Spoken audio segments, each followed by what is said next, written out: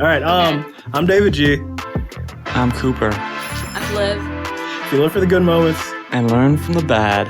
you're in the right place. This is Live and Learn Podcast. Right on, right on. Oh, yeah. All right, so today we have a very special guest with us, Olivia. Olivia, would you like to tell everybody a little bit about yourself? Sure, yeah. I'm just, thanks for having me, guys. Just, Thanks for being on. It's a pleasure.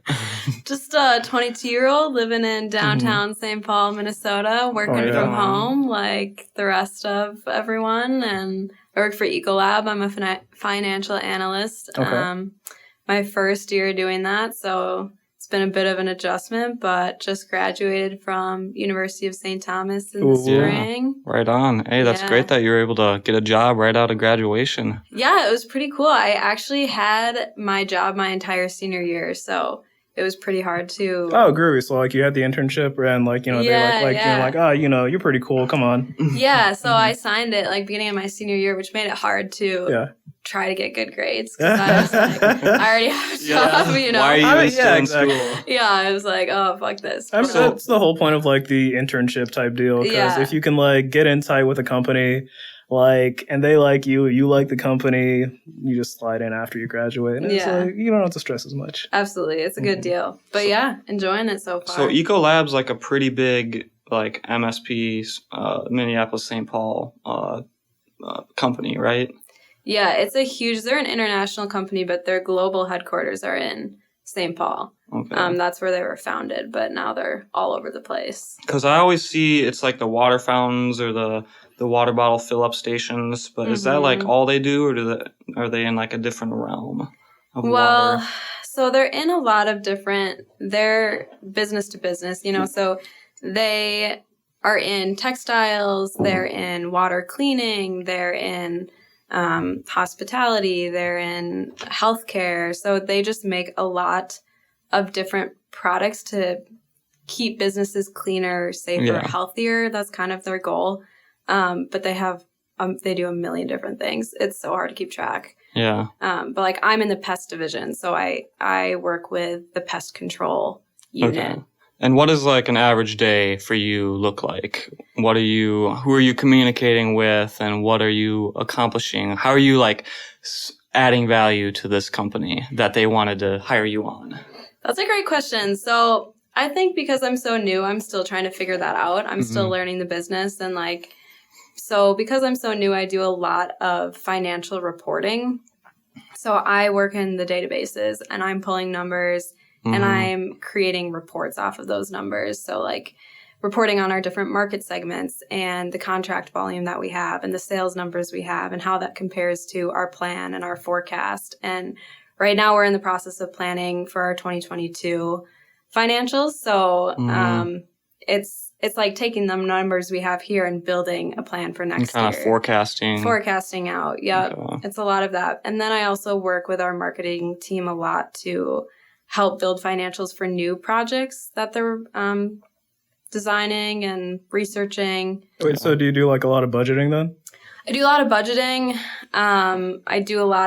I make like financial assumptions, which is basically just guessing numbers based off of other numbers. Yeah. That's So been working out for you so far? It's been working out for me so far. I mean, obviously, We'll see you next year. Hopefully, we'll see. But it's been going well so far.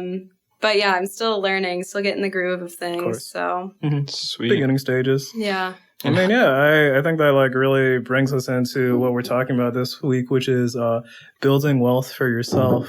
Kind of seems like you're on, like, your own, like, journey here as far as, like, beginning your career, you know, like, adding depth to, like, the company you're working for, learning stuff that, you know, you can, like, inevitably, like, take somewhere else, and just continuing to figure it out, I guess, is the best way to, like, end it there.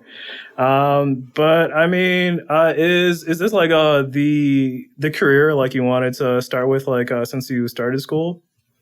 I don't know. You know, I feel like I have a lot of different areas where my passion lies. And I majored in economics, which was more towards like the research side of things and less so towards finance and business. Obviously, they coincide with each other really well. Yeah. But I think ultimately it would be really cool to work with financials and economics as well as environmental sustainability. Like I would love to merge those two things. Okay.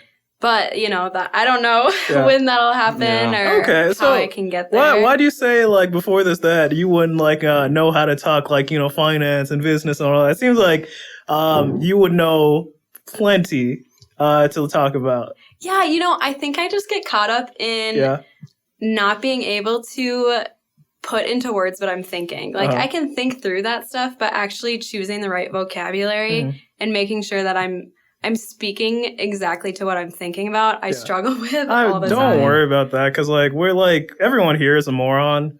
Like, we're kind of, like, just, like, figuring this out as we go. And the thing is, like, I think so long as you can get your point across, you don't have to, like, use, like, any, like, fancy vocabulary or anything like that. Because, like, it's about the message, not how you get it out. You're right. Yeah. No, you're totally right. But, yeah, how are you building wealth for yourself? It's a good question. So I think, like, what I've been focusing on is getting my 401k and my Roth IRA really up and going. So my Roth IRA, I started before I started my job because my parents encouraged me to. So right now, I've maxed that out for the year because, you can put $6,000 in it a year.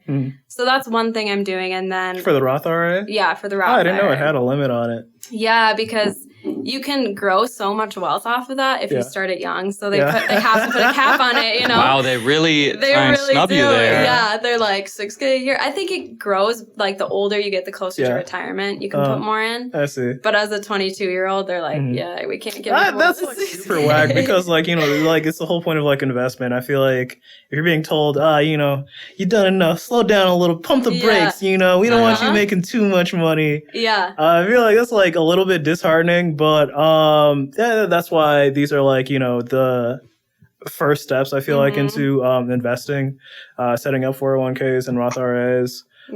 So you can have that, like, set aside through, like, work or, like, whatever, like, program you might have it in.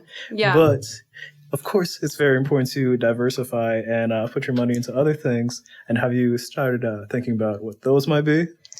Yeah, I have my 401k and my Roth, and I do a little investing on the side, just in, like, my Robinhood account. Ooh. Oh, yeah, gotta have that side hustle. You gotta have a side hustle. Well, because I went to this program at my work, and it was talking about how generally women don't do a lot of investing outside of their 401k. And I was like, that's a good point. Like, I should really be focused on this. So I think it would be really cool to, once I have the money, buy an investment property, like a rental property or whatever, just so that I have, I don't know, money. No, that's a great way to just have passive income. Yeah, and passive income. So I think it's really funny you mentioned that because literally the other day, me and Cooper were talking about getting investment properties by 30. Yeah. Just, like, getting some type of, like, just, like, multi-units. So, like, get that residual passive income because stuff like that is so important, but it requires a lot of capital to, like, actually start. But at the same time, I feel like that's, like, a bad thing to stop you because you can also, like, try and, like, go through, like, hard money lenders and just get, like, money loaned to you to, like, start like, to buy a property. Really, I think all it comes down to at the end of the day is, like, having a really good, like, credit score. Get in, like, the solid 800s and, like, who can really stop you after that, That's true. I definitely try to focus on my credit score too. I think it's pretty good. I haven't checked it recently though. Oh, yeah.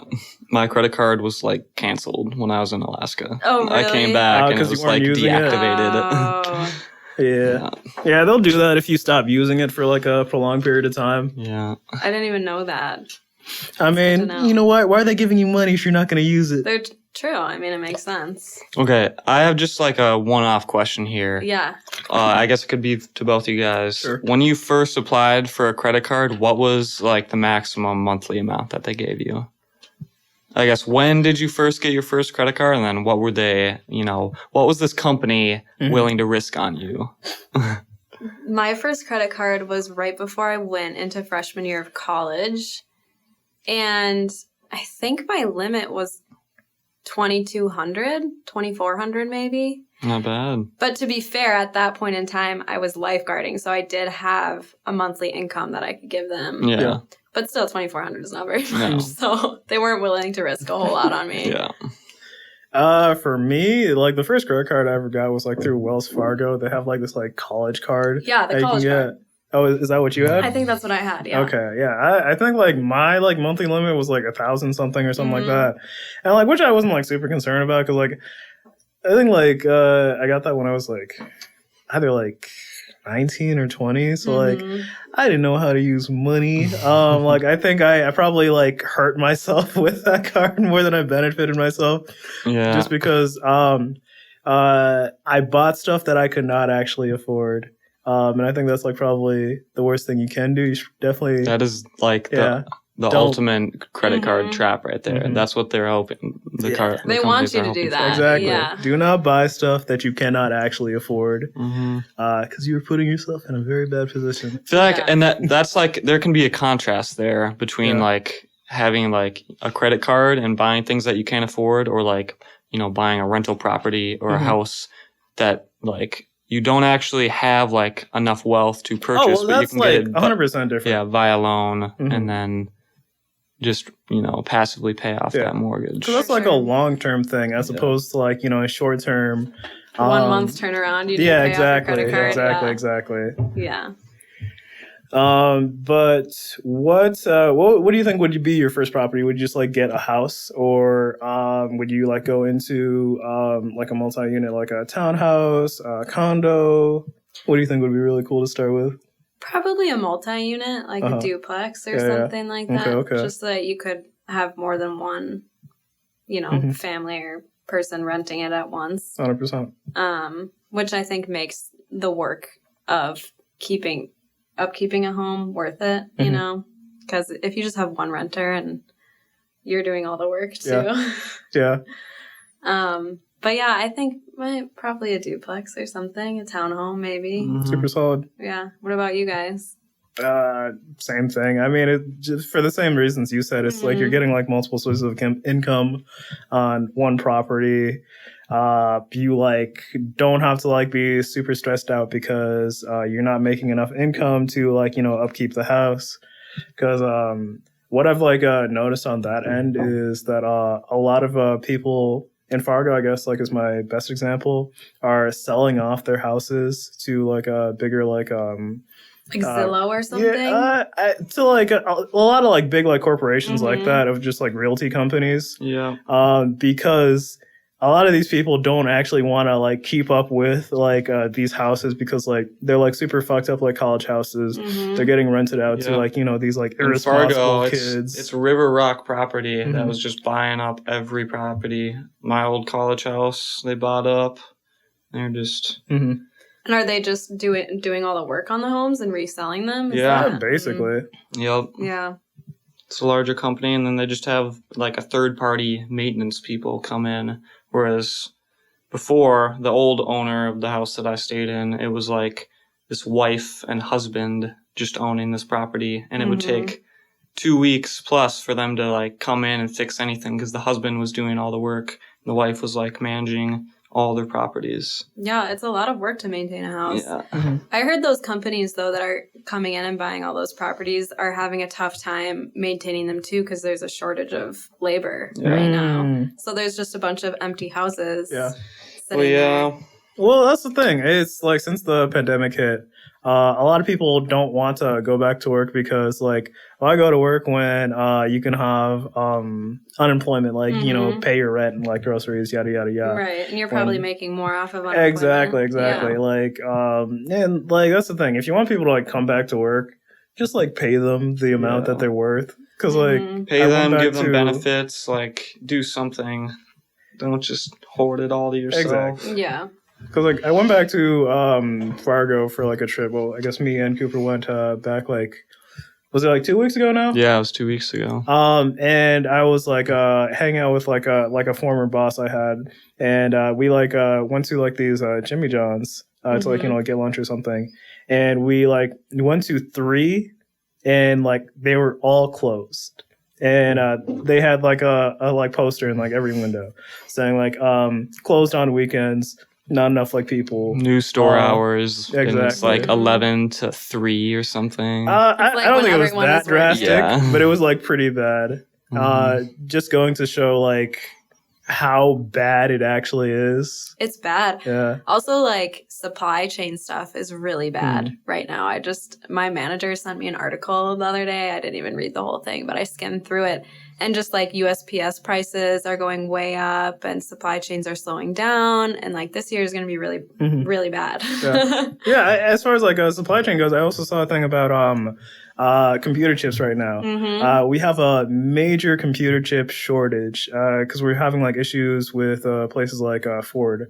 Ford has like their new line of like F-150s that they're like trying to like drop for this year, but they just have a bunch of them in like lots doing nothing because they can't finish the car without the computer chips for the like infotainment systems, like or like just like radios, like the Apple display, CarPlay stuff. dashboard, all the little features. So that slowed them down significantly. And you're also seeing cars being like overblown in like prices because there's like a shortage of cars, like of like new cars, I guess I should say.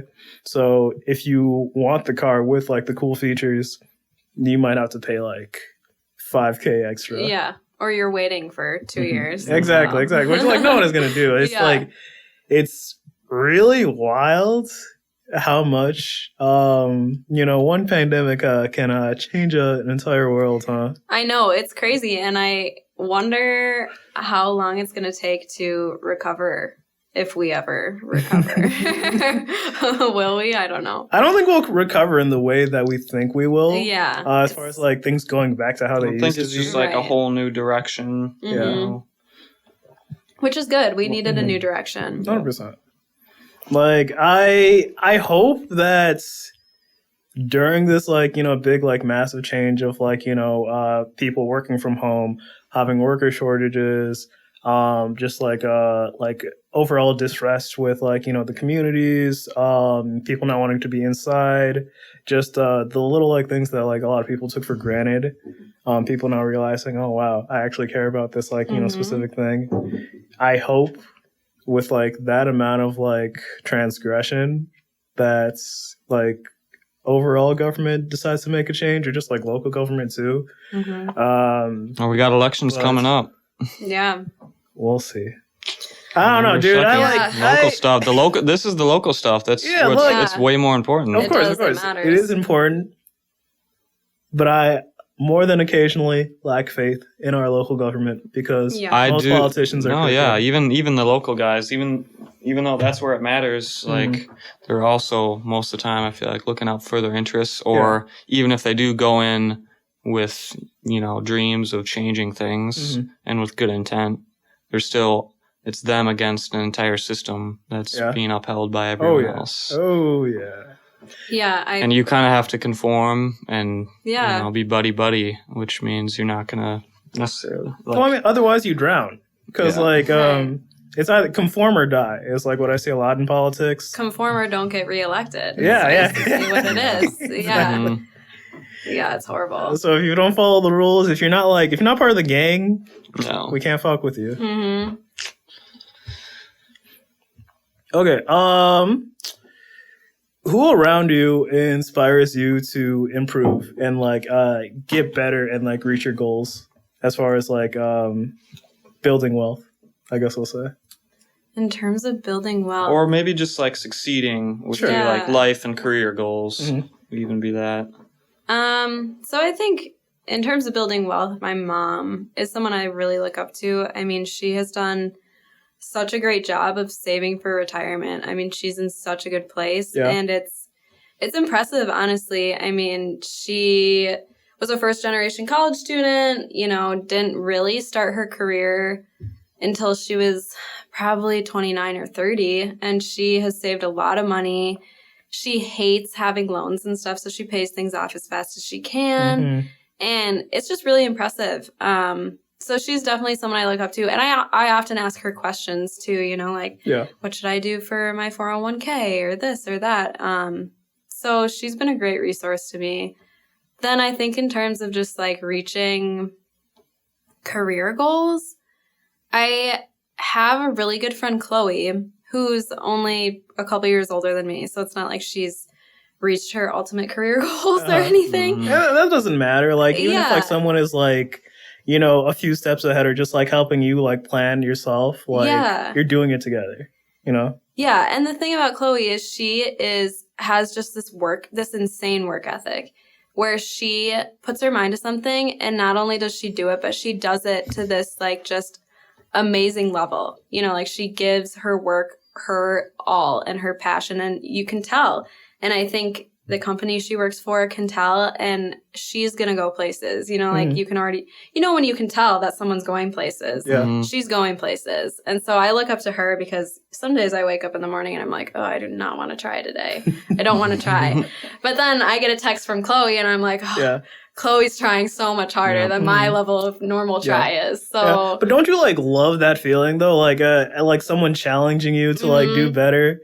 Cause like, I've definitely had like friends in my life where, they were like, doing something that like I was also doing, whether it be like, you know, working out or just like, improving like, homework, classes, whatever. Like, you know, they'll like, you know, bully me or like, you know, show something off that they did better. And then I'm like, all right, you know, that's enough of this. Yeah. You know, I gotta deflate the head a bit. So, you know, then I have to like start hustling hard. So like, you know, shut them up and, you know, regain my supremacy. Yeah, totally. No, I mean, and it feels good to work hard at something and feel like you did a good job. So there's definitely something to be said about that. I feel like I'm trying to balance right now, like working hard and having a hard work ethic and also taking care of myself and making sure that I'm not giving into like American capitalism ideals where you just work. And there was another question that that kind of segues into is how do you balance like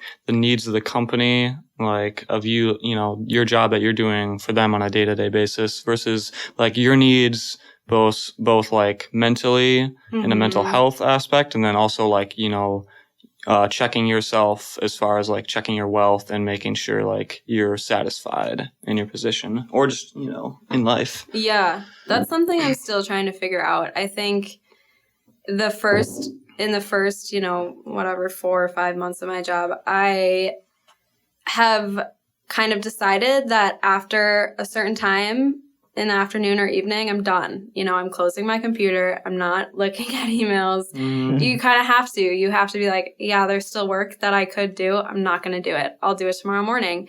And so that's one, like, almost boundary I've set where I'm like, you know, it's so easy when you work from home that to just work and work and work and get everything done. But it's not healthy. It's not good for you. Yeah. And then I think other than that, I'm super honest with my manager. And if I'm having a bad day and he's like, how are you? I'm like, not good. I'm not doing well. Having a bad day. I need to like eat some good food and go to bed early, you know, and that is helpful if you have a good manager, which luckily I do. They're usually receptive to those things because they've experienced them themselves. And I think everyone's going through a level of burnout right now. And so honestly, I think I'm just at a point where I'm like, I don't care what anyone thinks about me. I'm just going to be honest and make sure that my boundaries are set because otherwise there's no way that you can take care of your mental health, you know, and if you don't take care of that, then how can you do your job? I think it's super major that you realize that because I don't think a lot of people our age take that into account, like making sure that like, you know, you're always like centered and you're not like pushing yourself too hard to like achieve like, you know, your like goals for like your company. Because just like you said, like, you know, we like see a lot of like burnout with like people like, you know, trying to like hustle, like, you know, like meet your deadlines, you know, like put in like the extra like efforts, like, you know, impress whoever. Right. And like these things are good, but anything in excess is just going to like hurt you. Right. So knowing where to set your boundaries, I think is super major and like really, really mature of yourself, considering you are 22. So like, thank you. Yeah, no, like, you have definitely been brought up very well. Thanks. Yeah. I think the other aspect of it too, that sometimes people don't think about is if if you're always available to your coworkers, people are going to take advantage of that But- without trying. But if you're what's always... the saying? It's like, if you give them an inch, they'll take a mile. Yeah, if you give them an inch, you'll take a mile. So if you're that person who, even at the beginning of your career, is like, I'm not going to be online past this time because I need to take care of myself, then that will continue throughout your career and people will respect that. Mm-hmm. If you're someone who's like, well, you know, if you really need it done, I'm going to get, I'll do it for you tonight. People are going to ask you to do that every day. Yeah. So you have to be able to be like, not That's tonight. a huge thing, is being able to say no. Yeah. You have to be your own advocate. Yeah. And that's hard to do sometimes, but it's important. No, like you have to fight for yourself in the workplace because like no one else is going to do it for you. Exactly. You think they will, but they won't. Especially like you said in this like corporate America that we live in. You like in a lot of these like big companies, you are expected to like go the extra mile, even though it's like it was nowhere inside the job application that you had to go this extra mile. Yeah. It's just like do what you can, and like I don't think anybody's ever gonna complain about that. Just like you said, I don't even have to like too much else to add on there. I feel like if you really are doing your best, and some days doing your best might mean you're not even putting in all your effort, obviously, but you're still doing what you can, then like no one can ask much more of you. Yeah. If you really care and you're doing what you can, you're doing your job. Okay. So that's kind of my viewpoint. Yep. And I mean, with like corporate America, like why would you, go the extra mile, especially if you're not like receiving credit for that or like being being overlooked. Yeah. Oh my god, that's like I hate that feeling, especially when like you're actually like doing more than like everyone else around you or like most people around you, and like it's like looked at as something trivial. Yeah. Something I have realized though in my first couple months of work is that a lot of people do the bare minimum to not get fired in corporate America. They do the bare minimum. They do their job that they need to do. There's the old saying where companies pay their employees just enough so that they won't quit, and workers work just enough so that they don't get fired. Exactly. So honestly, it's true. But honestly, if you do want to be recognized, it's not that hard. Like you just put in a little bit extra effort, and you do. I mean, I have been recognized twice already for doing things that weren't that difficult, but no one else was doing them. Yeah. So. And sometimes it's just the little things. Yeah, it's just the little things. It's not even like I did a big project or anything. And I feel like, some companies are catching on to like, recognition, like having proper recognition for their employees when they're doing extra things to step up. But then others might still be in the dust where, they lose an employee because they lose a good employee because they weren't, keeping up with them and taking care of them.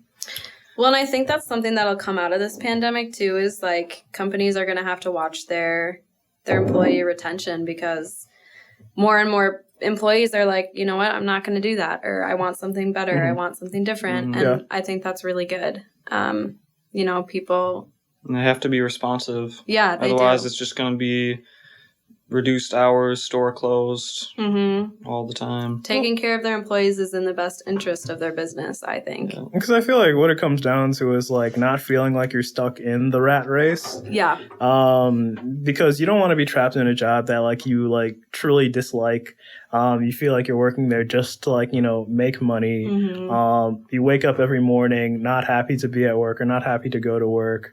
And like, I feel like that's like the ultimate scare after like graduating college, like getting a job that you actually like despise. And I feel like as Americans, we're like raised and brought up to think that we should get like our dream job that we're going to love every day. We're going to wake up and love our job. But I feel like that's a bad mentality to have unless you absolutely get the job that you love. But if you do, good for you. Yeah. I mean, but I feel like for the most part, in a career, it shouldn't be like frowned upon if like you're having a bad day and you like you said, your manager lets you off early, you're having a bad day and you just are not really liking your job for a couple days, but it doesn't mean you can't still enjoy your life afterwards, Oh, yeah. after the fact. There's been days where I literally can't stand my job and I'm, you know, like stressed and I just, whatever it is. But I enjoy my job other times and sometimes it's not the best and other times it's great and I like the people. Mm-hmm. So it's give and take. And is it my dream job?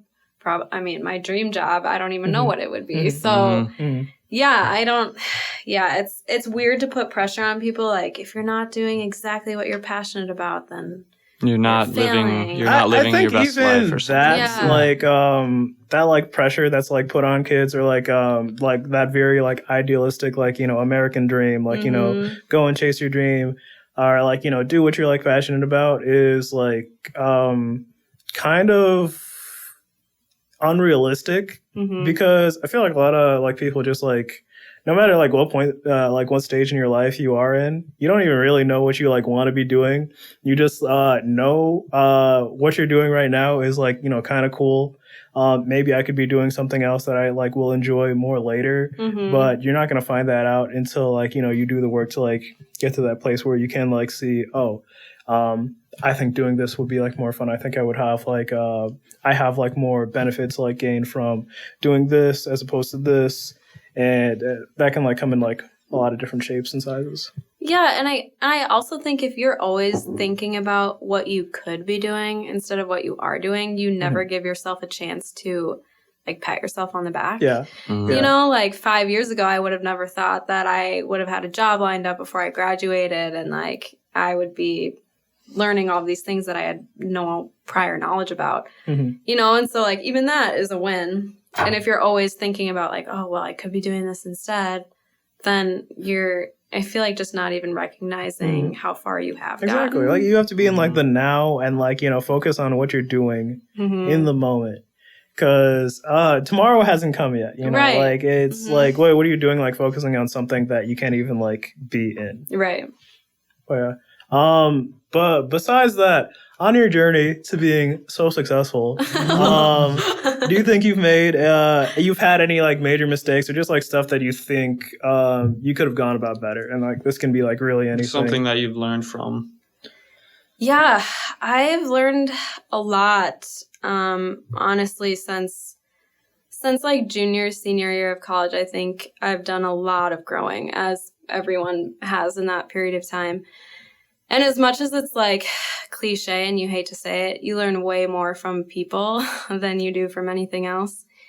And so, yeah, I have made some mistakes. Like I have not been my best self all the time, have not represented myself the best. I have definitely not been the best friend at times. I have befriended people who weren't the best friends to me.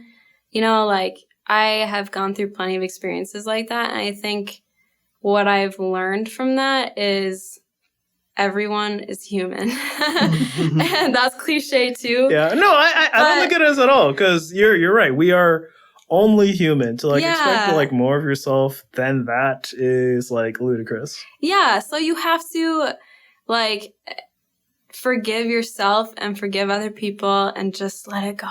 Just let it go. Yeah. You can't, like, I think I spent a lot of years holding like anger inside of me and it really was poison. It ate me alive.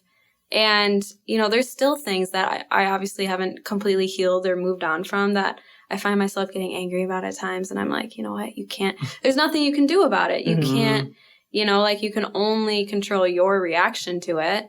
And well, how did you get in the headspace to like even be able to move on? Oh, it took years. Honestly, I didn't get in that headspace till COVID hit. Yeah. Because right before COVID is when I was having some problems with friends and I like ended up moving out of the house that I was in. And it was a horrible experience. Sometimes roommates can be difficult. Oh, yeah. Can be hard. Very aware. Super hard. So I moved out and then COVID happened and I was living at home with my parents and my little brother. And I just felt this overwhelming sense of relief. I was like, I don't have to go anywhere. I don't have to be anything to anyone. I can literally just focus on myself. And that's when I actually started like reading books about mental health and going to therapy pretty often and like checking in with myself. And ever since then, things have gone way better for me. Mm-hmm. But I felt like before COVID, I was just one thing after another, and I never stopped. Just Did you feel like you had to like put a lot of like faces on for people? Because like you mentioned like just like having to do things for like different people and just like putting faces on or whatever. Yeah, I think something I think I am very interested in, like existentialism, and something that I think gets brought up a lot in existentialism is like you don't know exactly who you are, and you don't know exactly who everyone else is either. Which I think is very true. Like, everyone's forever changing, and you can't really say you completely 100% know yourself because it's hard. It's changing. It's like a lifelong journey. It's a lifelong journey, and you act different around different people and different circumstances, and so you're never like, like you can not know yourself and still be authentic. Like you can still be those two things, but yeah. So. What was the question? Putting on faces for other people.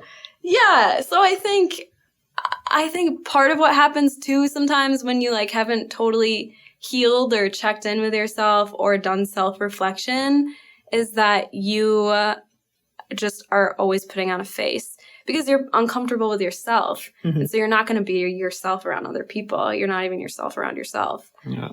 I guess. Yeah. If that makes any sense. No, 100%. So I think I had to literally just like sit with myself and reflect. And it feels super uncomfy. I hated it. I still don't like it sometimes. I'm like, oh God, Liv, like you really fucked that up, like, reflecting on like your own life and everything that's happened to you. Mistakes you've made, things that have happened to you, or like your reactions to them. And like, I try not to be too harsh on myself. I think I was always pretty hard on myself, which didn't help. You can't be too hard on yourself. But like you said earlier, you're only human. You're only human. So, but yeah, it took COVID and me having actual time and space and a little extra energy to just sit with myself. Yeah.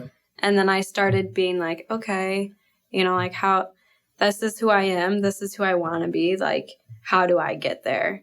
See, I think it's really interesting you say that because I think during the pandemic, a lot of people had trouble being alone with themselves, alone with their thoughts, like, having to be like retrospective about like, where they are in their life, figuring out like what happiness means to them. Like, is like happiness attached to like, being outside. So, again, I like give you major props to like, being able to like, do that, like, like not being like uncomfortable to realize that like, you have to get better. And it is okay to get help because one thing like I try to like super push right now is therapy. It's like you can like talk to your friends as much as you want to and they're gonna like do the best that they can, but they are not professionals. They're and not like professionals, it's like very draining for like like your close friends too. It's like it is. Not constantly, but like have to like, just always be there to like, like help you like back up. And like, this, don't get me wrong, that's definitely like, a friend thing to do. Yeah. But, a professional. It can be a lot. Yeah, exactly. And like a professional can like take that like, weight off of them and that weight off of you. By giving you like discussion and, practices that can like, help you recenter yourself, like, give you better practices for like mental health and realize that it is okay to be human. It's okay to not be okay. Yeah, that too. And absolutely. I feel like it's so easy to fall into that trap of like, if I'm not happy, then something is wrong. I'm doing something wrong. There's something wrong with me. But like in reality, no one's happy all the time. No one's 100% happy all day long. Exactly. Like you'd be fucking insane if you were like... Yeah, you'd be probably like a narcissist or something. Like you wouldn't have any empathy. Yeah, exactly. And that's what I'm like kind of torn with this like saying of like, we're all in the pursuit of happiness. And like, I like the saying because like, you're like, you on one side, you want to be like always like, trying to like, be in a good place, like, like be somewhere where you're happy, and like, doing anything to achieve that. But at the same side, or on the other side, it's okay to like, not always be happy, like, in order to like appreciate the happiness that you do have. you know, you have to be like sad sometimes. You have to go through stuff. For because sure. like that's like what builds who you are as a person Yeah. and like gives you character. Because like you said, if you're just happy all the time, you're probably a fucking narcissist. Yeah. I mean, I have so many bad days, I can't even tell you, but it does absolutely, like, again, as cliche as it sounds, like, it makes the good days or even the okay days, like, it gets you through the bad ones, you know, which is probably part of what life's about. Yeah. I mean, because I don't know. It's like, it's really hard to chase perfection. And like, I think I definitely like struggle with that a lot as well. You're because, a perfectionist? Very much so. Uh-oh. Like, that's a hard one. That's hard. Man, I'm sorry. That's hard. And like, I've had this like issue since like I've been like really young because like, I always like, strive to like, you know, be like, you know, better than like everyone around me, like, you know, wanting to, you know, shine the brightest, like, you know, I probably shouldn't do this, but I pride myself very much so on like my very inflated ego. But I realize sometimes, damn, I can't do everything. Yeah. And you're not supposed to do everything, you know? Like, if you could do everything, no one would want to be your friend. People would be like, oh, this dude can do everything. Like, let's not be his friend, you know? See, but at the same time, I kind of like that thought. Yeah, I mean, I'm sure you can do almost everything, but... Thank you for continuing to inflate my ego. Yeah, I mean, I think I was a perfectionist when I was younger, and then I really lost that as I got older because I was like, oof, I don't care enough for that. Yeah. But my friend Chloe, who I talked about earlier, is a perfectionist, and that's part of her work ethic, as I'm sure it is yours. I'm sure it's very stressful, too. Stressful, yeah. Oh, 100%. Because for me, like, specifically, it's what I'm trying to do most of the time is just prove people wrong. And, like, I'm definitely, I understand that, like, trying to, like, prove people wrong is kind of like a pointless effort. Just just reword it to, like, proving yourself right, it sounds way better. You know, I feel like, I'm not trying to prove people wrong, I'm trying to prove myself right. But that's the thing, like, I'm, like, very, like I said, very egotistical. So, like, when people look down on me, I, like, despise that so much. So I have to, like, I have to trample on you now. I get that, yeah. And, like, that's something that I'm definitely, like, you know, going on my journey to, like, you know, like, calm down and realize, take it at your own pace. Who cares what these other people are doing? You have to, like, look at things you can't do or don't do well and not equate it with weakness. Yeah. Sounds like maybe that's what you do. Oh, a lot, definitely. Yeah. That's something like, the thing that I've struggled with is I always used to, and still do, like, equate vulnerability with weakness. Like, I always thought if I was vulnerable with people and, like, my feelings and, like, showed them my insecurities and my weaknesses, that it meant I was weak. And they'd, like, take advantage of you. And they'd take advantage, and I wouldn't be able to trust them with that information. Yeah. So I've just, in the past probably half a year, been, like, working on being more honest with people, like my friends. Because I've been going to therapy for years, and I'm always honest with my therapist. I was someone who wasn't always honest with my friends because it felt more difficult for me. And so now I've been working on, like, saying to my friends, I'm going through a hard time right now and I actually do need help. You know, like, that's hard. It's hard to do for 100%. me. So, yeah, I mean, to try and, like, reconstruct your message to yourself and be like, okay, just because I'm saying I need help doesn't mean I'm weak. Or just because I'm not good at this doesn't mean I'm incapable of other things. So it's hard. And, like, everyone's gonna value, like, certain, like, skills or abilities that you have over, like, other things. So it's like, if someone's, like, viewing you as weak for, like, expressing yourself or telling them how you feel, like, that's not someone you really want to be around even. Yeah, right. But it doesn't mean that that's not, like, a fear your brain, like, your ego is gonna have, you know? I think a lot of that comes from, like, the very, like, toxic masculinity / like, patriarchal, like, you know, society that we live in. Yes. Because, like, I know, like, you know, far too many, like, men that are more than incapable of, like, you know, expressing themselves, like, you know, like, definitely the, like, feeling vulnerable, like, you know, knowing that it's okay to like have emotions and tell people, you know, damn, I'm not okay today.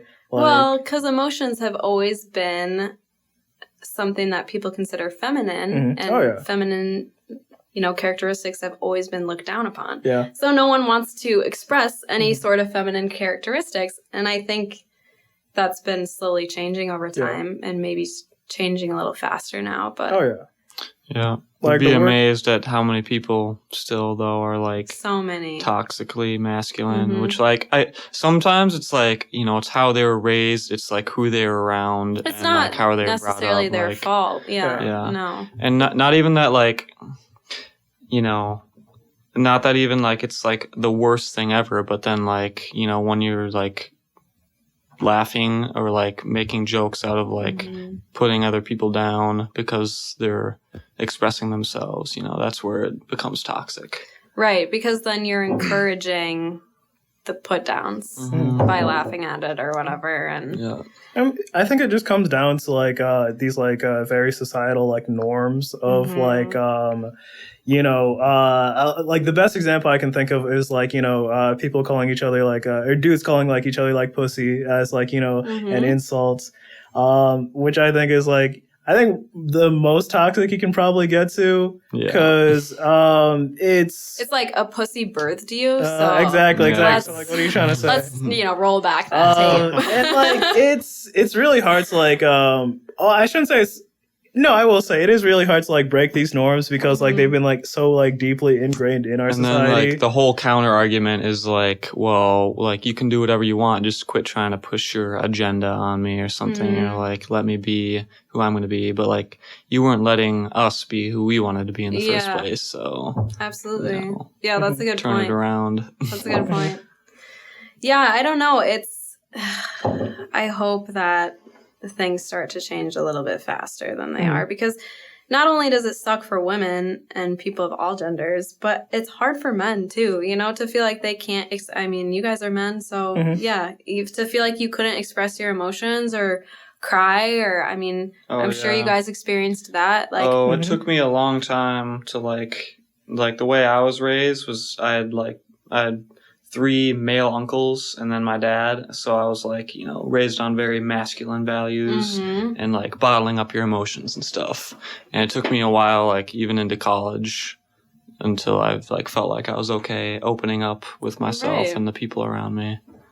And that's why so many violent crimes happen by males, because they're not taught that they can express their emotions in other ways. They're a like bunch of pent up, just like emotions, aggression that you don't know how to deal with. Well, and they're taught the only way they can express emotion is through aggression. That's it, or violence, or what, you know, like proving you're stronger and better than the other person. That's like, which is messed up. In my mind, it's like a primitive thing. It's very primitive. It's fighting. Yes. In my mind nowadays, fighting is just dumb. There's no point to it. Why? Why are you doing that? You're just hurting yourself, embarrassing yourself, and hurting somebody else. And for what? You're like stronger or something? You're what like does tougher? It do? Yeah. Yeah. Cavemen. Yeah, cavemen. And I think part of it goes back to like I took a family studies class my last semester in college, and it was so interesting. I just took it because I needed 4 more credits. But it talked about just like the difference between like, you know, it matters how you're raised. It matters how children are raised. And the difference in like workload between men and women in households, and the difference between like actual child caretaking between men and women in households, like dads just don't do that much. They just honestly, like, not all dads, obviously. Unless you're Bobo. Unless you're Bobo. There's some great dads out there. Lorenzo's stay-at-home dad, incredible. But there's a lot. It's like almost a pandemic, I feel like. Because it's like women who are mothers and whose spouse don't do a lot to help them out if they work full-time, they have 2 full-time jobs. They have 2 full-time jobs, and 100%. one of those is unpaid labor. Yeah. Like, that's what it is. And it's just incredible, like, the difference that it makes when both parents are, like, on the same page and doing the same work. And it's, you know, like, if you equate chores or, like, you know, categorize chores under genders and stuff like that. Like, you're gonna run into so many problems. Like, and like we can all do the dishes, you know. Like stuff like that is like super stupid. But many? There's so many families that are like that. Yeah, no. That are just traditional, and you're like, why? A man will not touch the dish. Yeah, will not touch the dish. Or even last names. You guys, so many people without question take their husband's last names. They don't even question it. And I'm like, do you know what that tradition is? You took your husband's last name because you became his property when you married him. That's what that tradition is. You had your dad's last name because you were your dad's property, and your dad walks you down the aisle and gives you to your husband, and you take your husband's last name because you become his property. That's what that tradition is. No one questions it. I'm like, come on, guys. Come on. You know? I actually did not know that history. Yeah, so that's the thank tradition. you for educating me. It blows my mind. I'm like, you guys, we got to do something. No, like it's these gender norms are like really ridiculous, but I think we are slowly like kind of going through like a renaissance of emotions, if you will. Yeah. Because we're seeing a lot of people being like more progressive with like how they're building families, how they're building relationships, putting value into things that aren't necessarily gender specific. Because I think putting together like a family specifically is like something that is a partnership between like, yourself and your partner. So to say that this person has to do this and this person has to do this just because your parents did it like that, or like their parents did it like that, or you saw it somewhere like that. I feel like, the two partners... Oh, sorry, finish your thought. I was just going to say, like, what works is coming together and putting together a system that works for the two of you, where you can be happy and not end up resenting each other. Right, yeah. And obviously for the betterment of the family that you're having. Whether that be children, or maybe you just have a family of pets, dogs and cats. Yeah. Families can be any shape or size or whatever. All I care about. Doesn't have to have kids. How about no more broken families? Yeah. That's how I feel too. God, broken. I mean, it's hard. My parents are divorced, and it's hard. And like, they didn't get divorced till I was 22, and it's like my brother's only 15 though. Yeah. But yeah, and part of that is because honestly, my mom was both parents. Like, and that's so many families. It's, it's a problem. Totally agree. No. I don't mean to be like, I don't know what word I would use to describe that situation, but like I agree, because like my parents are divorced, and it's like a big thing that affects like children. It affects like children the most because like I think after these like breakups, or like even during the like relationship, there's like a lot of like built up resentments that these like parents are like growing towards each other, and it like kind of no longer becomes about like the children, which like you guys like agreed, okay, hey, let's have this kid and like like give them like the best life that they can. Like agreement kind of like falls apart, somewhere through like however many years. And I feel like some people don't even have that agreement going into it. They're like, let's have this kid because we want a kid, not because we want to give it the best life. Yeah. See, that's like I hate that thing. I hate it like, so much. Like just don't have that kid. Don't do that, man. You're having that kid for selfish reasons. Don't do it. And like what I especially hate is like people like who try to like have a kid to like repair a relationship. They're like, my life feels empty. Let me put a kid in it. It's like that poor kid. Yeah. There was this one girl that I met out on Lake Superior. She said she wanted to have a kid so she could have a little buddy to have throughout her whole life. It's like, get a dog, make a friend, go to the bar, make a friend. That's a buddy. I mean, this life we live is like not easy, and I don't want to be like hypocritical. And, I don't want to be judgmental. I probably sound really judgmental. No, because like these are like these are important opinions to have. Like stand for something. You have to stand for the things that like we definitely are not like super hating on anyone. No, who's people having a kid. Live your life how you want to live it. This is just my opinion. Yeah. No, I definitely stand on like don't have kids if like you like aren't prepared to do that. Well, I will like you're doing them a disservice. Yeah. you're doing yourself a disservice too. Like, that's not good for anyone involved. Yeah. But, you know, adults are kind of like morons. Because a lot of us, like, Walking even babies. like now, I don't really consider myself to be an adult, just because, like, I'm just a big teenager. yeah, exactly. That's how I Like, feel, you too. growing up in like this, like, you know, a whole like adulthood thing, I feel like is a really big scam.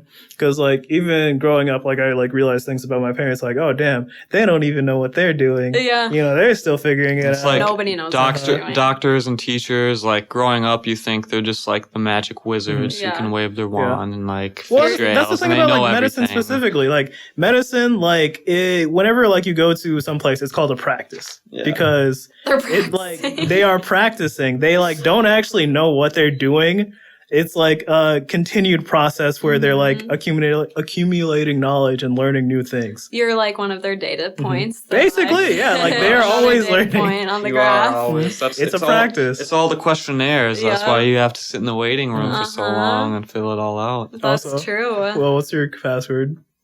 This is my name. Oh, Will. Yep. W-I You capitalized. just outed me on the podcast, dude. My name's Cooper, not Will. Damn it. I hope no one gets a hold of Will's laptop. Cooper's no. laptop. Well, actually, I looked at our like demographic for like our podcast, and like it's like mostly like people from like Minnesota and like the St. Paul, Minneapolis area. Hello, There's, like- guys. Thanks for listening. Thanks for watching. Thanks for supporting a local podcast. But we And a also local beer. we also have a Local bunch beer. of like random people in like we have people in California listening to us. We Oh, have people hell yeah. in Texas listening to us. We have people in like the UK as well. How are you way. doing, Uh-huh. Texas? Yeah. Like, you Yeah, no, okay dude. down there? Dallas! Is everything okay in Texas? Are you guys okay? Houston! Coming at ya! Coming at you live. Okay. So I guess since the main topic of today was like supposed to be about Careers. careers. Building your, Yeah, having a career. Can you tell me a bit about your work politics? Gosh. Okay. So I would actually say the work culture that I've experienced so far is really good. It's Yeah. positive. It feels pretty inclusive. I'm also a white woman. So, Okay. you know, take that with what you will, grain of salt, perhaps. But the one thing I will say is because I'm in finance, there's a lot more men, white men in particular, who are like middle-aged than there is any other demographic. And Yeah. that's something that I know is trying to be changed at a lot of different companies, including mine. But it is something that I noticed right off the bat. You know, like I can't tell you how many meetings I've been in, finance meetings where it's just all men and me, and I'm also the youngest one. And so it's like I've never felt like they don't take me seriously or anything like that. But it is one of those things where you're like, you don't really feel comfortable bringing up your perspective of things in the meeting. You just don't feel like that space has been opened for you. You think it's just kind of. because they won't like relate as much as to what Yeah. you're saying, or like you're just like kind of fearing like the It's- judgment from them? Or Part something? of it is just my own fear. Okay. Absolutely. I'm not going to disregard that. But I do think part of it is they don't do enough of like, Olivia, what do you think? Yeah, You know, like we know, like you are new to this company. What's you're your like the next perspective? generation for the company Right. too. Like, And like I might not know 80% of the things they're talking about, but I could probably get the gist of most of it. mhm. And if they even just took like a couple more seconds to be like, Olivia, do you have any thoughts? Even if I don't have any thoughts, I'll be like, oh, well, I agree with what you said. Whatever. yeah. But that is lacking. That's something that's lacking. And I'm not sure if it's just because I'm a woman or whatever. But I think it definitely has a lot to do with you being a woman. yeah. Just because like that is like, again, like the toxic masculinity. They don't even realize they're doing it, probably. Exactly. Oh, no, because like Yeah. it's an ingrained thing. It's you an know? ingrained thing. And I'm also, so new. And so I'm more like someone who would be apt to just like share my opinion without being asked because I usually feel comfortable doing that. But because I'm so new at this company and don't know what I'm doing yet that well, I don't feel comfortable doing that yet. But like are you like asking questions though? Yeah, I ask questions, but sometimes it's like when you are so new to something, you don't even know what to ask. Yeah. You know, so I like sit there and I take notes. I write down questions. And sometimes I'll like interrupt and ask them and stuff. But, you know, because everyone's working from home, they're in meetings all day long and they're like, oh, this person just asked another question, you know? No, like, okay. That's like the thing they teach you in like school though. Like, you know, like never be afraid to ask questions. There's no such thing as a dumb question. Yeah. Because like you're learning and trying to like figure things out. And if anything, I don't think anyone is going to like scowl at you for asking a question. Because like, I can't even, half the time they don't have their cameras on, so I wouldn't know anyways. Exactly. Like they're like, I feel like they're going to be happy that you're engaged in the discussion, wanting to like know more and understand things. And like you were saying like earlier about like, you know, like impressing people with the little things. I think that's one of the biggest like little things you can do, like being engaged in like the work you're doing in like these meetings, you know, asking questions, starting discussions, you know, so like, and it definitely gives you a lot of like presence, like, you know, like, hey, I'm here and I'm opinionated and I have things to say. That's a really good point. That's something that I've been trying to work on. I think I also just have like a little bit of meeting anxiety. You know, it's like you're on a stage, like it's everyone's like you're watching. On a stage, and most of the people I work with are a lot older than me and have a lot more experience, speak a lot more eloquently, use all the right vocabulary, and you know, so sometimes I don't even know what words, what the word. I'm like Googling on the side, like what is this word, you know, or like how do I calculate this, whatever. So that's definitely part of it, and I think as I spend more time at the company, I'll be able to. It's a lot of learning on the fly. It's a lot of learning on the fly. And when you're learning a job remotely, you're kind of on an island. You know, you don't have someone right next to you in a cubicle who you can be like, hey, what does that mean? Like, you know, so I don't know. So that's kind of like, obviously there's a lot of advantages to working at home remotely. You can work on your own time, but that's kind of like a downfall right there, is if you do need that extra help, then it's more steps away.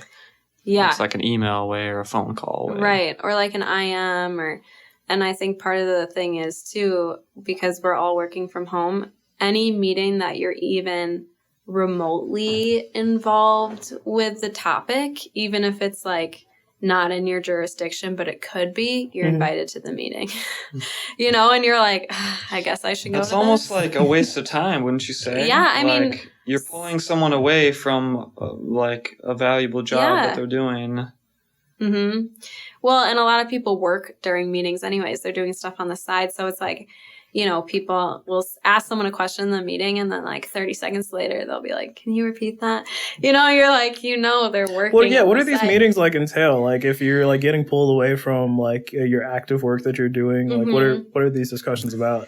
So sometimes I don't know even until I get to the meeting. Really? I'm just invited to the meeting and I'm like, you know, I'll ask my manager, like, what is this meeting? And sometimes he doesn't know either. He's like, honestly, no. So we'll get there and I'm like, okay, you know, sometimes I'll be like, what is this? Why am I here? You know, kind of question. And they'll explain it and then, you know, it makes more sense. But I mean, most of the time, or not most of the time, but on a good chunk of these meetings, it'll be like with marketing, and it's just like marketing communicating with finance so that we develop a better relationship, or like marketing needing finances built out for a new project, which is like, I'm here, I'm listening, but I don't know how to build out your finances for you. I don't know, you know, like you can give me all your assumptions and I'm going to look at it and tell you the number I think, but I'm going to need a second opinion, you know, because I haven't been doing this that long. Yeah. So it's definitely like, I think they invite me to all these things because it's a learning experience and I'm happy to be there. But even my manager is like, I'm not sure why I'm on this meeting. Sometimes he's like, I don't know why they invited me. I think a bit of that has to do with like kind of like a work bureaucracy. Like there's like a set like way that they do things, even though it doesn't make sense. They're gonna like force you to like acclimate to like what they're doing. Yeah. But like it seems like you have been taking advantage of like the stuff that you can, as far as like you said, like building those relationships and like trying to like help each other out there. But like you're still new, you're learning things, and like I'm trying to like remember where I heard this thing, but most people like starting a job or like any like professional like in the beginning of like their like field or career don't really know what they're doing. I think like especially in like programming, because like that's what I did for like most of my time. As long as you seem like you know what you're doing. It's like, yes, it's a lot of like fake it till you make it stuff. Oh yeah. But like most people are just like Googling stuff, like asking like a supervisor, because it's not like going to college actually like taught you how to do this job. No. Not at all. Not at all. So you're like really figuring it out on the fly. Yeah. So there's like really no shame in that. And I feel like if you like get looked down for that, like whoever is doing that you're a fucking moron. Yeah. Because like you had to do this too. Yeah. It's definitely, I still don't know what I'm doing half the time, but when I started, I really had no idea what I was doing. And I didn't. Well, look how far you've come. I've come a long way in just a few months. And so I'm sure I'll be even better in a few months exactly. down the road. So that's nice. Maybe one day you'll be the person who's helping. Right. I would love you. to do that. I would love to do that. But yeah, I think the only thing that school really helped me with was honestly like I write really kick-ass emails because of all the English classes I took. Yeah. So my emails are like really perfect grammar, really well worded, so formal, so like, cordial. Like, I don't. Sometimes I'll toss a smiley face in there, whatever. But my emails are kick-ass. The signature, perfect. The signature. Just, I might have to hit you up for some help there, because I think I struggle with my professional emails a little bit. I got you, dude. I got you. I like have thesaurus pulled up. I'm looking up synonyms. I'm really good at this. Just watch. Right. I can 100% dig that. I do cut out for a bit. Okay. Since we are coming to the end of our episode today, we have a segment that we usually do somewhere at the middle or like end section called Money Moves. Okay. So like this is kind of just like what is like the word I'm looking for? Another like little like personal finance. Not even. Like, it's more so about insight. What's happening like in like the world as far as like finance, business, blah blah blah. So there's like a specific word for it. I can't remember what it is. Yes, news. Where are the markets looking? Market outlook. I can't remember what the word is, but basically something's happening. It's relevant to like our podcast. We'll like talk about it. Okay. And we'll get your opinion. Okay. So this week on Money Moves, we're going to be talking about housing and housing for millennials and why millennials are regretting buying houses. Mm-hmm. Are you asking me that question? What I'm supposed to answer? Why are millennials regretting buying houses? Yeah, that was just like the introduction into it. Okay. So, I guess we'll like start off with just like young people like buying like houses in general. It's like the young family, the 20. Everyone knows like a 23 or 24-year-old couple who they're like. They just bought a house. They bought a house. Yep, they're starting their family. They have a dog or something. Yeah. But the thing with that is there are a lot of like barriers to entry of like owning a house that I think a lot of young people don't actually realize are there. For instance, I guess like the major thing when like starting like buying like a new house as like a young person is maintenance.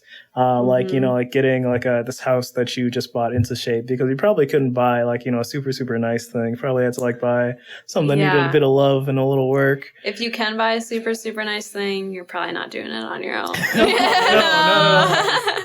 No. Which is good for you, but dude, like because I have not a mutual friend but a friend of a friend that's was able to get a like $700,000 house for $200K because their parents decided, you guys can have it. We were like planning on downsizing anyways. I know you guys were in the market for like a $200K house, but here's this. Yeah. And like, I was like, that's called generational wealth. Yeah. And that is why there's a wealth gap, is because some people's parents do that. And I'm happy for them. But yeah, I mean, that's part of it. That's like, not everyone can have that. No, that's the best way I can put it. A very small percentage of people can do that. But those types of people are surrounded by other people like them, so they think that everyone does that. When in reality, it's like not even 1%. Exactly. Like most people have to like hustle for like what they're getting, which like brings us back into like young people buying houses. It's like, it's not an easy task, especially like I feel like in the climate that we do live in. Scary and daunting. Yeah. Yeah, it's like, it's a big new project as well. We have like housing prices like going up like really crazy right now. It's one really great time to like sell a house, not an amazing time to buy a house. No. So like you're like going into probably a little bit more debt than you have to, like, everyone takes out some type of like loan to like get a house. Then you have to like manage like the property tax that you have, maintenance for, I guess, or upkeep for electricity, power, heating, yada yada yada. And yes, all this stuff is like you would like get that even if you had like an apartment or like whatever else. But there are new things that you have to deal with. I mean, you have to maintain it. Yeah. Exactly. And it's like do you want to maintain it yourself? Do you want to put on that new paint job?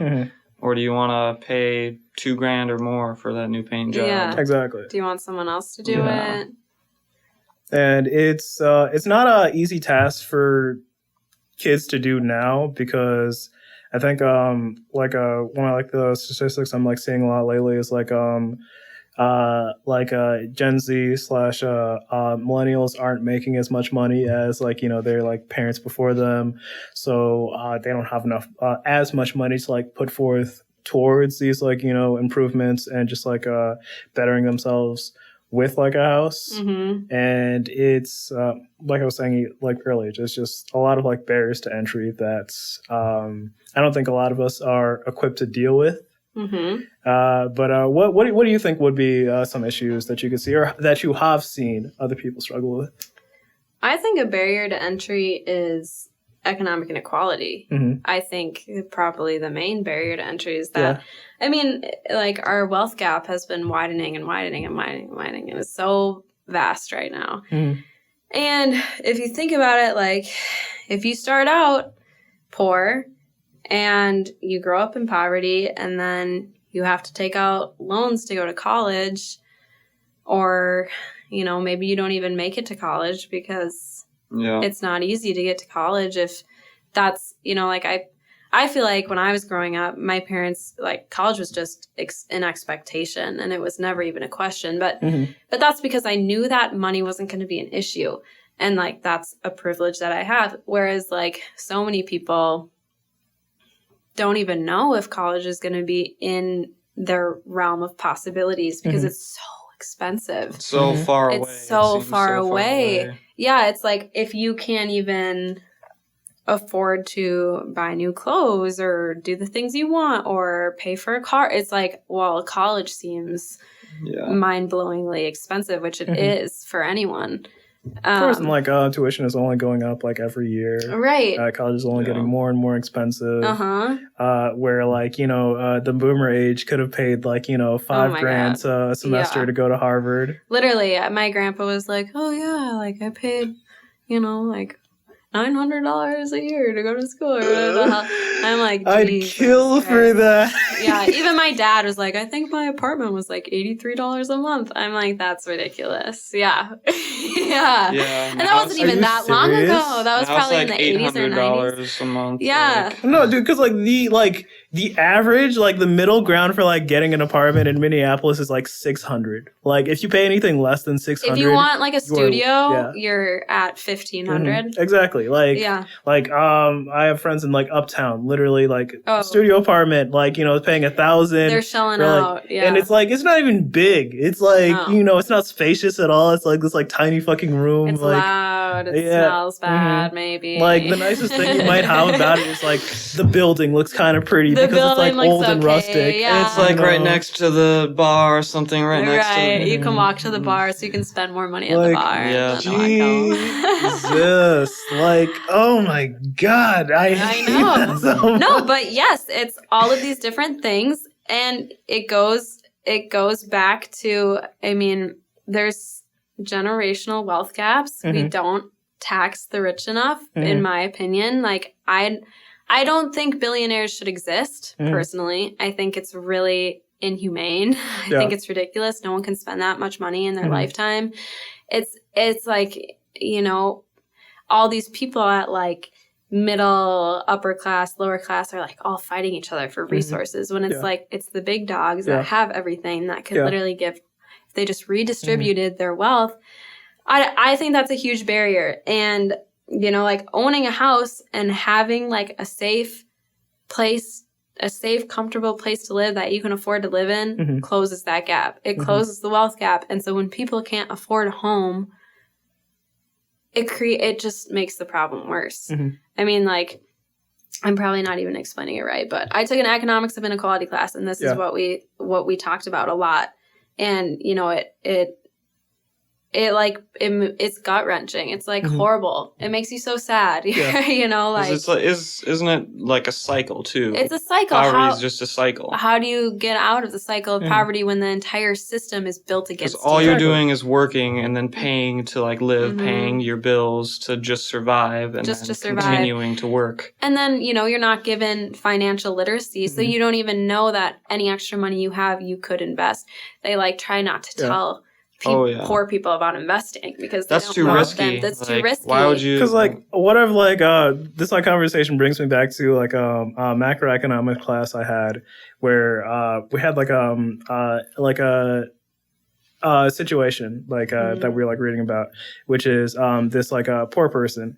He needs boots to like go to work. Right. He can like either buy like this cheap pair of boots that'll like, you know, get him through like a few months, or he can buy this like nice pair of boots, cost like, you know, like a decent bit more, but like will last him multiple years. Can't afford the nice boots, so he like gets the cheap boots.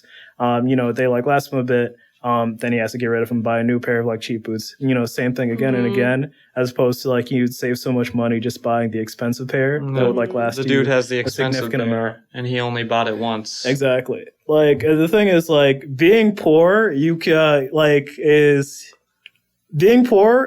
only be more poor. You, like in like that, like it's kind of like the lesson of that situation. It's hard to get over that wall. And as far as like buying a home goes, it's like where you're starting is like if you're in a race, you're here. Your starting line is here, and this is the finish line. It's like everyone else who's had that generational wealth is starting here. Yeah, and you're all racing towards that house, and you're just way farther back, and you have to work much harder. I could like make the like same comparison with like that scenario with like housing.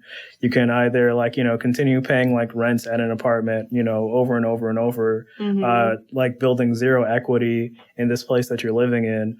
Or you can, you know, get a house, you know, like build it up, like, you know, get equity, you know, over time, it like increases in value.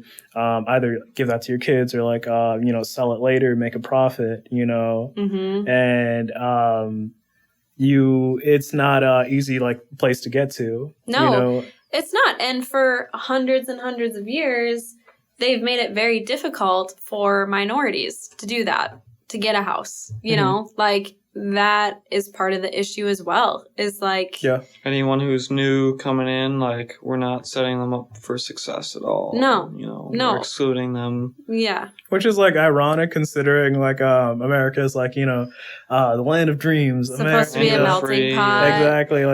They're like, yeah, we can be a melting pot, but you're gonna have to be on that side of the city. And exactly. I mean, that's like the whole thing with like redlining and gentrification. It's I know, yeah. And we are discussing a range of topics tonight. Well, This that's really part is of like- That's the point. barrier to getting houses. That's Exactly. part of it. Is there? People aren't making as much as their parents did because the opportunities aren't the same, and things cost more, and they're not getting paid enough, Yeah. and everything's going to shit. Yeah. And the wealth gap is major. Yo. And the rich people are getting richer and the poor people are getting poorer. And it's been happening for years and years and years. Well, like that's like capitalism for you, because like like I like keep telling like Will this about Cooper this. Keep forgetting. I get like confused sometimes because like there's always people that know him as Will. Yeah, you I'm probably confusing and, you. like I like try to call him Will in front of them, but like I always just call him Cooper. But anyways, should we break for ad time? Yeah, should we ad break time. for We'll take a moment. We're gonna take a quick moment to pay some bills. Yeah. Brought to you by our sponsor, not our sponsor, Summit Brewing. Oktoberfest. Oktoberfest. Rich malt flavors with a crisp hop finish. Perfect for your Halloween parties. You heard it first. Yep. October is right around the corner. Make sure to pick tomorrow. yourself up a pack. Yeah. And enjoy the Oktoberfest. Dude, we have to get good at doing reads. Oh, I could destroy I feel like Will Reed. could do it. Oh, yeah. yeah. If he really got in the zone. Oh, yeah. Especially if it was for a beer, too. I'd just be like, Yeah. Yeah. mm, Beer's something I could get into. the aroma. Yeah. Everything just The combined hops. together. The hops. Because like A one of little bit of my pumpkin in there. My taste buds have never been happier. Mhm. because one of my like favorite ad reads is like from this podcast called $1 million worth of game, and they have like a sponsorship with New Amsterdam vodka. Mm-hmm. And like basically what he goes off is like had a bad day at work, shot at New Amsterdam vodka. Found out your wife's been cheating on you with one of your friends. New Shot Amps. at New Amsterdam Redberry vodka. New Amps, That baby. is great. Like you never left college. Exactly. I feel like a traditional ad just could never do that. Yeah. Exactly. And like that's like like adding like character to a brand like that definitely makes it like so much more valuable. Like because like when I like heard that like like the marketing that, I was like, damn, maybe I want some New Amsterdam vodka, because it's just like they just like they I made did it so have a bad day. My wife did cheat on me. Not even like that, but it's just like, damn, like these guys are so funny. It's Maybe like, I could numb the pain with a shot of New Amps. God damn it, whole bottle's gone. What? To note, whatever's in that cup will not fill you up. Mhm. Remember that, people. Yeah. Might not fill you up, but it can make you feel like you're filled up for You're gonna a have few a hours. You're gonna have a good ass night. You're gonna have a great night. Hope you make it to work in the morning. Yeah. So yeah, just you wait till we get our like sponsorship deals. We're gonna be like selling the fuck out of them and Hell get so yeah. much money. Hell yeah. Mhm. Fuck. What was I saying? What were we talking about before We're this? talking about the barrier to housing, to Uh-huh. buying housing for millennials. What was like the last thing we were on though? The wealth gap. Will Yeah. sponsoring No, ads. before that, I guess we'll just move on. Yeah. Let's see. Okay. We're about out of time here, I think. Getting there. Yeah. Is the cameras even still on? I think Did you hear it so. turn off? I think it's on. Okay. Hello, viewers. Hey, viewers. Apparently, you're from Well, I London. The viewers I are think, probably yeah. like, damn, this chick has terrible posture. Oh my god, my posture's Oh, look, My that's posture's so bad, you guys. that's just an American trait. You're not allowed to have good posture. ergonomics. So bad at ergonomics, God. Okay, but I think we're like at a pretty solid place to stop. One thing I will say really quickly is, that I forgot to say in the beginning, Arpon is not with us today. Oh yes, he's know, not. Yes, Arpon is off working on a project this week, so he was had not able to be with us. A big assignment in Rochester at the Mayo Clinic, if I remember. Yeah, So doing some interview filming. Wow. So that is why he is not with us this week, but you guys will see him again next week. So if you miss him, if you don't, he's gonna be there anyways. yeah. But anyways, Olivia, thank you very much for being with us this week. Thanks for having me. Uh, This was fun. Yeah, I'm glad that you thought so. Like, we definitely had a lot of fun speaking with you. I definitely did not think you were gonna like come with the amount of heat that you did. Oh, like, I'm glad I come to impress. Exactly. It was an exactly. awesome conversation. Exactly. Like, and that's like really what we're looking for here. Just trying to have candid, nuanced conversation. I love it. About things that we care about. Yeah, that's awesome. We You definitely guys have outside perspectives. We have not had a woman on the podcast yet, so you're the first. And we the need times are changing, guys. You gotta get women on here. We're definitely open to all Do you have any avenues. cool female friends that you think would like to have a cool chat with us? My friend Sid would be great at this. Oh yeah. We should have a Sid and you. It would be podcast. funny. Yep. I think it would be entertaining for the listeners, to I be think honest. so. Not to toot my own horn, but me and Sid are pretty funny. Oh, We'll word. have like sometime in the future. Sometimes we do destination podcasts, so maybe we can do like a San Diego. San Diego. podcast. Yeah, Sid's moving to San Oh, Diego. yeah. She did like mention that like at the beginning of the summer. Yeah, from the beach. Could be the episode. Oh, that'd be so nice. All right. Well, this has been the Live and Learn podcast. The Live My name is Liv. Live and Learn podcast. Again, we still don't actually have like an outro yet, so like I'll say this. Hey, if you stuck around long enough to learn something, awesome. If you didn't, maybe you'll stick around long enough you'll live long enough to find something out from us. That was really bad. Forgive me. Anyways, I loved it. we will see you guys next week. Awesome. Goodbye. Here we go. Out. I think this stayed on the whole time. Is this still on? Yeah, it's still recording. All right.